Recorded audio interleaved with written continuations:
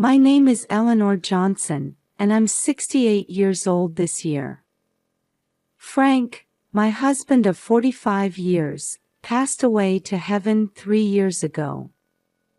Now I live quietly in a small town, but my heart aches when I think about my family. My son James is 38 and works for a local construction company. His wife Sarah is 35 and works as a librarian at the town library. And my treasure, my granddaughter Sophia, is 6 years old. She's like a blonde angel, the spitting image of my late Frank. James and Sarah's marriage seems to be on the rocks lately. It might be due to financial problems or stress from James's work. If Frank were here, he could have given our son some sound advice. But now, I believe they're trying their best for Sophia's sake. At least, that's what I wanted to believe. On Thursday night, I was knitting while watching TV as usual. The sound of rain was hitting the windows, with lightning occasionally slicing through the sky. The weather forecast said it would rain heavily tonight. Oh my, the morning glories will be in a sorry state tomorrow, I muttered to myself as I changed the channel to the news. Suddenly, I heard a knock at the front door. Looking at the clock, it was past 9:30 p.m. Who could it be at this hour? I wondered.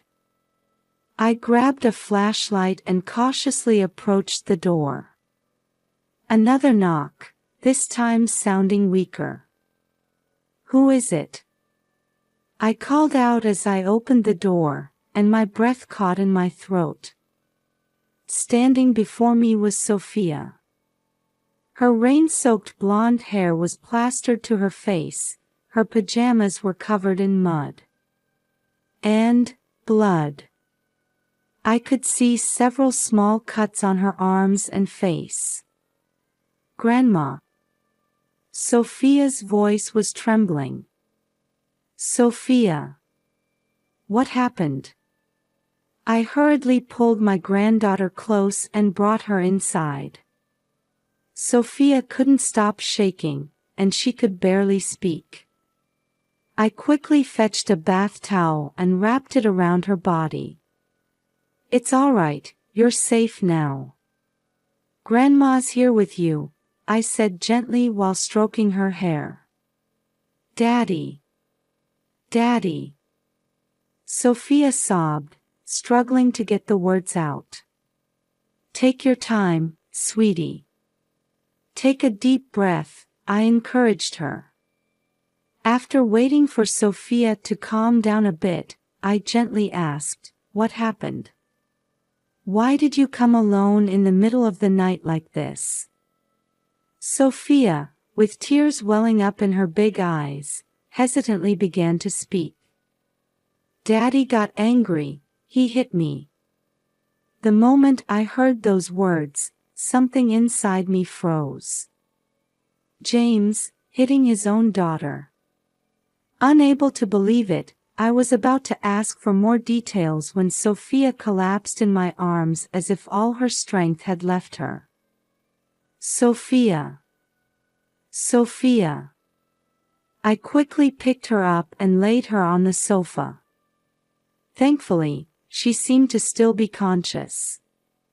It's okay, you're safe now, I reassured her while considering my next move. First, I needed to contact Sarah. It took a while to calm Sophia down. While giving her some warm cocoa, I spoke to her gently. Sophia, it's all right. Grandma's here with you. When you're ready, can you tell me what happened? Sophia, clutching the mug with trembling hands, began to speak in a small voice. Daddy was scary. Daddy was scary. Why? I asked. Daddy yelled loudly, and then Sophia's words caught in her throat. And then, I prompted gently. He pushed me. I hit the wall. Sophia's eyes filled with tears again. My heart felt like it was being squeezed. Sophia, you did well to tell me. You're such a brave girl, I said. As I asked for more details, I learned that James had come home drunk and started getting angry at Sophia over something trivial. If Sarah had been there, she might have been able to stop him, but I found out she had been in the hospital for a few days. What about Mommy? Why wasn't Mommy at home? I asked. Mommy is in the hospital. Sophia's voice became even smaller. I quickly picked up the phone and dialed Sarah's cell phone. After several rings, there was finally an answer. Hello, Sarah. Is that you, Sarah? I asked urgently. Mother-in-law, what's wrong? It's so late. Sarah's weak voice came through the phone. I'm sorry, Sarah. But it's urgent. It's about Sophia. Sophia? What happened? Sarah's voice became panicked. I took a deep breath and explained the situation. Sarah's scream-like voice echoed through the phone. No. James, but because I wasn't there. Sarah's voice changed to crying. Sarah, why are you in the hospital? I asked. I fell down the stairs 2 days ago, and broke my leg. As I listened to Sarah's explanation, anger welled up inside me. I understand. Sarah, your recovery is important right now. I'll take care of Sophia, I assured her. After hanging up, I sat back down next to Sophia. Sophia, you'll sleep at Grandma's house tonight. We'll go see a doctor tomorrow. Sophia nodded slightly. As I hugged my granddaughter, I was desperately trying to figure out what to do next. The next morning, I took Sophia to a pediatrician. Fortunately, there were no serious injuries, but the doctor said there was suspicion of abuse and that he would contact Child Protective Services.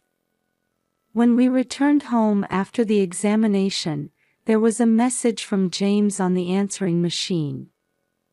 In a drunken-sounding voice, he was asking, "Have you seen Sophia?" I sighed deeply and called James. James, Sophia is here with me, I said firmly. Huh? Why is she there? James's voice sounded confused. Do you remember what happened last night? I asked sternly. After a moment of silence, James started making excuses. I was a bit drunk, but it wasn't anything serious. Not serious. My voice became harsh. Sophia is terrified. James fell silent.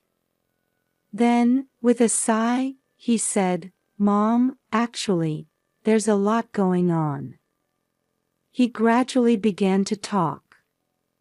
Stress at work, financial problems, and the presence of a new woman. As I listened to my son's words, anger and sadness welled up inside me. James, you've been having an affair? I asked, my voice tight with emotion. I'm sorry, Mom, his voice became small. I closed my eyes and took a deep breath. What would Frank have done if he were here? James, come here right now. We need to talk, I said firmly. After hanging up the phone, I sat down on the sofa. How did my once adorable little boy end up like this? My heart ached as I thought about Sarah and Sophia, and James's future. A while later, the doorbell rang. It was James. When I opened the door, he stood there with his eyes cast down. Come in, I said in a cold voice. Sitting James down in the living room, I began to speak quietly but with a firm attitude. James, do you understand that what you've done is unforgivable? He answered in a faint voice, still looking down. I know, but at that time. I don't want to hear excuses, I cut him off harshly. You hurt your own daughter. Blaming it on alcohol doesn't make it any more excusable. James raised his face and looked at me with tearful eyes. Mom, I really regret it. But at that time, with the stress from work and the debts, I raised my voice in surprise. What do you mean? James reluctantly opened up. He had become addicted to gambling and had accumulated a large debt. And to hide this debt, he had been borrowing money from his mistress. I was at a loss for words. Anger and sadness welled up inside me. Mom, I want to start over. I want to apologize to Sophia and Sarah. But I don't know how. I stood up and walked over to the window. As I gazed at the scenery outside, I imagined Frank's face. What would he do? I took a deep breath and turned to face James. James, you've made a terrible mistake. But you're my son. And you're Sophia's father. That's why I can't give up on you easily. A glimmer of hope appeared in James's eyes. But, I continued with a stern expression, starting over requires a corresponding level of determination. First, you need to receive treatment for alcohol addiction. And counseling for gambling addiction too.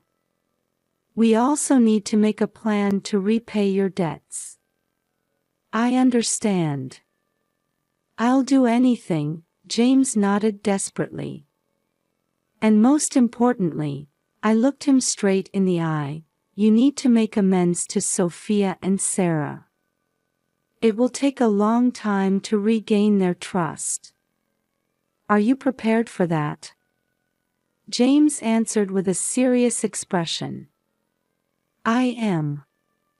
No matter how long it takes, I'll win my family back. I let out a small sigh of relief. I'm not sure if this is true repentance or just temporary remorse. But I have no choice but to believe in my son and guide him. All right. The real trial starts now. I'll support you as much as I can. But as I said, Sophia and I will be living here for a while. Until I can confirm that you've really changed. James looked sad but nodded in understanding. I understand. Mom, thank you. I promise I'll regain everyone's trust. After he left, I let out a deep sigh. I sincerely hoped this would be the first step towards family reconciliation. A few days after the conversation with James, an unexpected development occurred. the police contacted me with news that James had been arrested. It was revealed that he had been involved in illegal fundraising to cover his debts. When I heard this news, my heart was filled with complex emotions. My son's actions were unforgivable, but as a mother, I couldn't help but worry about his future. On the day Sarah was discharged from the hospital, we had a discussion at her house. Sarah, though using crutches, had an expression that conveyed a strong will.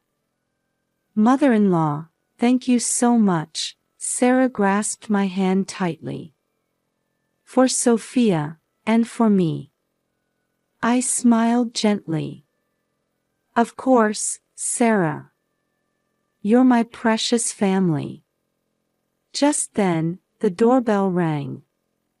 When I opened it, my daughter Linda was standing there. "Mom, I heard what happened." I came right away. Linda hugged me. Linda's presence cast a new light on this difficult situation. As a legal expert, she became a great help in supporting the family. "Sarah, Sophia, I'll do whatever I can to help," Linda said with determination. We discussed our plans moving forward. James's trial, Sophia's psychological care, and Sarah's return to work. Linda would provide legal advice, while I would offer daily support. "Mom, I'll come regularly too. I'll help look after Sophia and assist Sarah." Linda's words made me feel stronger. That night, as we were putting Sophia to bed, Sarah said in a small voice, "Mother-in-law, I don't know how to feel about James." I put my hand on Sarah's shoulder. "Time can solve some things. For now, let's focus on Sophia and yourself." Sarah nodded, tears in her eyes. At that moment, I felt anew the strength of family bonds. Even in difficult situations, I was filled with gratitude that we had relationships where we could support each other. A year has passed since then. James is serving his sentence in prison, but he's seriously working on treatment programs for alcohol and gambling addiction. His letters express remorse and thoughts of his family. Sarah has returned to work, and Sophia is enjoying school life. Thanks to psychological counseling, Sophia's smile is gradually returning. Linda and I have been taking turns staying at Sarah's house, helping with housework and childcare. This experience has deepened our family bonds even further. One evening, while we were having a barbecue in the backyard, Sophia suddenly hugged me and said, "Grandma, thank you." "What's this about, Sophia?" Surprised but pleased, I hugged my granddaughter back gently. "Because you're here, Mommy and I are happy," she said. Sophia's innocent smile made my eyes well up with tears. Sarah approached and said, "I can never thank you enough." Linda added, "Mom, you're our pride." At that moment, I felt a new mission. A role as someone who protects and guides the family. Frank may be gone, but there's still so much I can do. "Everyone, listen," I said to my family. "We'll face more challenges ahead. But I believe we can overcome them together." The whole family nodded, enveloped in a warm atmosphere. That night, I wrote in my diary, "Dear Frank, our family is now on a new journey. I can feel you watching over us from heaven. I'll continue to do what I can for our family." Looking out the window, I saw a sky full of stars. Surely, Frank must be smiling among them. Tomorrow, another hope-filled day will begin. I took a deep breath and drifted off to sleep with a peaceful mind.